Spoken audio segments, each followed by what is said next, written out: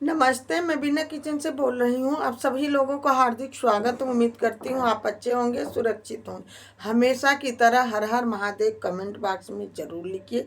आज बात करते हैं जाने और अनजाने में गलतियाँ होती जाती है और हम काम के चक्कर में पैसा उधार लेते जाते हैं। इतनी मोटी रकम कर्जा बनते जाता है, लेकिन हम यही अंदर अंदर सोचते हैं नहीं इसको उतार देंगे, लेकिन वो बढ़ता ही जाता है, लेकिन उतरता नहीं है। कितना भी दिमाग लगा लें, लेकिन वो जैसे जैसे ये बढ़ता रहे। हम अपने मन में यही सोचते हैं कि यहाँ से लेके यहाँ उतार देंगे, लेकिन ऐसा कुछ नहीं होता है। जो कार्य करो, जो काम करो, बड़े सोच समझ कर ही करना पड़ेगा। इस चंगुल से निकलने के लिए बड़ी मशक्क़त करनी पड़ती है, तब जा कर के हम निकल पाते हैं। लेकिन ये जैसे मकड़ी के जाल की तरह होता है, उसमें फंसते जाओ। हमारा हिसाब ये है, मानना ये है कि हम थोड़ा काम कम करें, अपने पैसों से जब हो जा थोड़ा समय लेकर के करें, लेकिन अपने ही पैसों से करें। कर्जे से कोई काम ना करें। कर्जे से काम करते हुए हम फंसते जाते हैं और दलदल में ही फंस जाते हैं।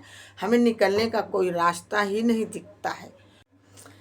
ये बहुत छोटी सी वीडियो, ज़्यादा लंबी नहीं है, क्योंकि इसलिए बताना बेहद ज़रूरी था कि जो अपने पास पैसा हो उसी के अंदर काम करो, और जैसे कमाई बढ़ती जाए तब हम अपना कार्य धीरे धीरे बढ़ाते जाएं। लेकिन ये कर्जे के लेकर के हमें कोई काम नहीं करना चाहिए। काम करो तो बड़े हिसाब किताब रख कर के ही करना चाहिए। कितनी कमाई आई, कितना खर्च हुआ, कितना बचत हुआ, ये सब हिसाब जरूर रखना चाहिए।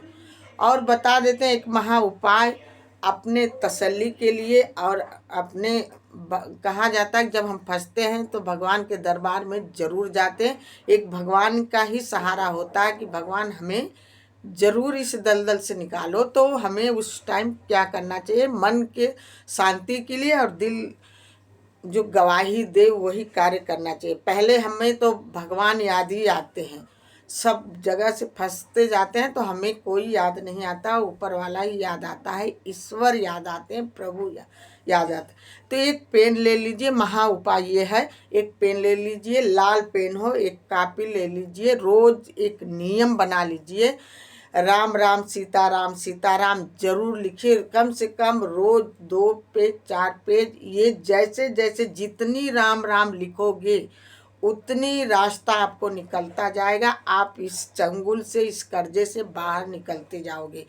लेकिन राम राम जरूर लिखना। लाल पेन से लिखते टाइम जब राम राम लिखें तो उस टाइम आपके मन में यही संकल्प होना चाहिए, हे भगवान प्रभु राम, मेरा कर्जा उतार दीजिए। आप मुझे कोई ऐसी रास्ता दिखाओ कि हम कमाते हुए थोड़े थोड़े करके उतारें कर्जा, इस मकड़ी जाल से बाहर निकलें।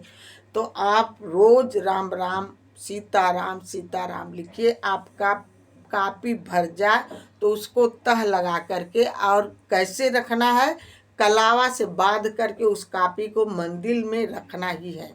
फिर दोबारा जब तक ना उतरे कर्जा तब तक नई कापियाँ, नए पेन, जब कापी भर जाए तो हमेशा लेके देखो कितनी कापियाँ भरती है। जितनी कापियाँ भरेगी राम राम लिखते जाओगे, उसको फेंकना नहीं, कलावे से बात करके मंदिर में ही रखना है।